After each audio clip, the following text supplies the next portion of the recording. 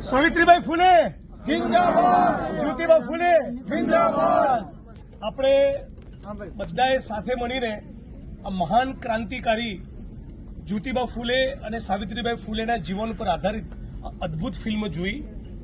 જ્યાં પણ તમે છો, તમારા જે પણ મિત્રો છે, પરિચિત છે, બધાને આખા ગુજરાતમાં ફિલ્મ જોવા માટે અપીલ કરો.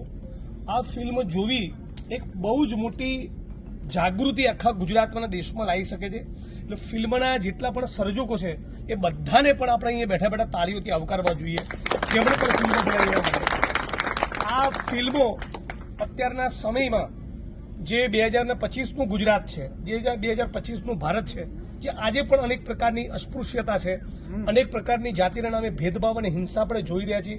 એવા સમયે આવી ફિલ્મોનું બનવું અને આખી મનુવાદી વ્યવસ્થાને જે ચેલેન્જ આપી, બાબા સાહેબ આંબેડકરની પૂર્વે જે સામાજિક ક્રાંતિની આટલી મોટી મિસાલ જેણે દાખલો બેસાડ્યો, એ જ્યોતિબા ફૂલેનું બહુ જ મોટું યોગદાન છે. બાબા સાહેબ આંબેડકરે પોતાના જે 3 ગુરુ કહેલા, એમાં એક જ્યોતિબા ફૂલે પણ હતા. આપણે ઓબીસી સમાજને પણ અપીલ કરવી જોઈએ કે અત્યારે સૌથી વધારે આ ફિલ્મ કોઈ જોઈ રહ્યું હોય તો દલિતો જોઈ રહ્યા છે. સૌથી વધારે ફિલ્મોને સ્ક્રીનિંગ કોઈ કરી રહ્યું હોય તો દલિતો કરી રહ્યા છે.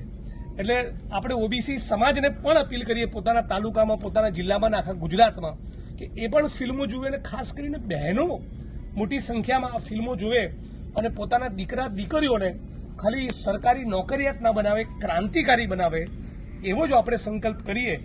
અને આપણા ગામમાં, આપણા તાલુકામાં જે અસ્પૃશ્યતા હોય, જે ભેદભાવ હોય, કોઈ પણ વ્યક્તિ અત્યાચાર, અન્યાયનો ભોગ બને, એના પડખે જેનું ઉભા રહીએ, તો આપણે 14મી એપ્રિલ ઉજવવાનો કે જ્યોતિબા ફૂલેના જીવન ઉપર આધારિત ફિલ્મ જોવાનો મતલબ રહે છે. એટલે આ ફિલ્મોમાંથી આપણે બધા સાથે મળીને શીખીશું અને એક વધારે સારો રાષ્ટ્રનું નિર્માણ, વધારે સારા સમાજનું નિર્માણ કરીશું, જેમાં દલિતો, ગરીબો, વંચિતો છાતી ખોલીને આત્મસન્માન સાથે જીવન જીવી શકે.